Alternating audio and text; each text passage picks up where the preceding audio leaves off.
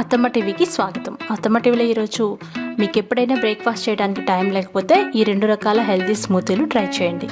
ఇవి కర్బూజా పండుతో చేసుకునే రుచికరమైన స్మూతీ. ఒకవేళ మీ పిల్లలు పాలు తాగకపోతే ఈ స్మూతీని అలవాటు చేయండి. ఈ స్మూతీ కోసం ఒక కర్బూజా పండు, ఒక అరటి పండు తీసుకోవాలి. ఈ కర్బూజా పండుని 2 ముక్కలుగా కట్ చేసి మధ్యలో విత్తనాలు తీయడానికి ఇదొక టిప్ అన్నమాట. గుంట గరిటెతో ఈ విధంగా తీసేస్తే చక్కగా వచ్చేస్తాయి. ఈ విత్తనాలని ఒకసారి ఫేస్కి రాసుకొని కడుక్కుంటే మంచి బ్లీచ్ లాగా పనిచేస్తుంది. చూసారు కదా, పండిన కర్బూజా పండు తీసుకుంటే స్మూతీలు చాలా బాగుంటాయి. ఇప్పుడు ఈ కర్బూజా పండుని చిన్నగా సన్న ముక్కలుగా కట్ చేసుకోవాలి, పొడవుగా కట్ చేసుకోవాలి.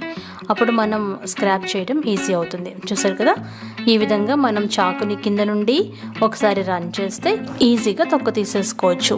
అదే స్క్రాపర్తో స్క్రాప్ చేస్తే కొంచెం కష్టం అవుతుంది. అందుకని మీరు ఈ టెక్నిక్ని ట్రై చేయండి. ఇవి పండిన కర్బూజా పండ్లు తీసుకుంటే ఈ స్మూతీ చాలా టేస్టీగా ఉంటుంది. చూసారు కదా, కొంచెం కూడా వేస్ట్ కాకుండా నేను తొక్క తీసేసాను. ఇదే విధంగా అన్ని ముక్కలు తొక్క తీసి పెట్టుకోవాలి. ఇప్పుడు ఒక జ్యూసర్ జార్లో ఈ తొక్క తీసి పెట్టుకున్న మస్క్మిలన్ ముక్కల్ని వేసుకోవాలి. ఈ కర్బూజా పండ్లు ప్రతి సీజన్లో దొరుకుతాయి కాబట్టి మీరు ఎప్పుడైనా ఈ స్మూతీ ట్రై చేయొచ్చు. అందులో ఒక పండిన అరటి పండుని ముక్కలు కట్ చేసి వేసుకోవాలి. ఇప్పుడు అందులో 2 టీ స్పూన్ల హార్లిక్స్ కానీ మీ ఇంట్లో ఉన్న ఏదైనా హెల్తీ డ్రింక్ వేసుకోవచ్చు. అందులో కొద్దిగా పాలు పోసుకోవాలి, కాచి చల్లార్చిన పాలు. దీనికి పంచదార వేయాల్సిన అవసరం లేదు. ఒకవేళ మీరు పిల్లలకి ఇస్తున్నట్లయితే 2 టీ స్పూన్ల పంచదార వేయండి. ఇవన్నీ వేసి బాగా గ్రైండ్ చేసుకోవాలి.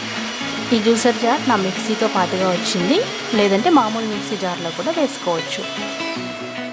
అంతే, ఎంతో రుచికరమైన హార్లిక్స్ ఫ్లేవర్తో ఉండే కర్బూజా స్మూతీ రెడీ అయిపోయింది. మీ పిల్లలకి చాలా నచ్చుతుంది. ఇది ఇంకా హెల్తీగా ఇవ్వడం కోసం దాని మీద కొద్దిగా బాదం పలుకులు వేసి దానిపైన ఐస్ ముక్క వేసి సర్వ్ చేయండి.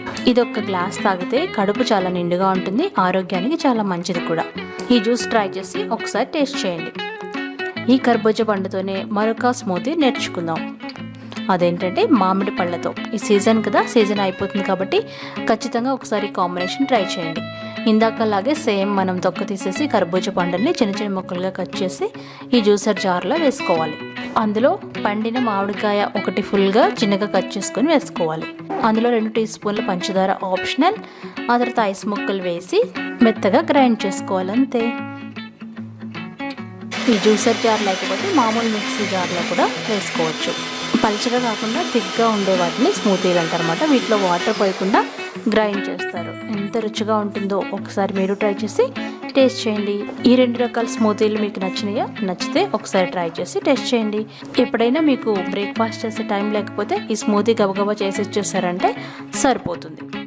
మరికొన్ని వంటల కోసం అత్తమ్మ టీవీని చూడగలరు. ధన్యవాదములు.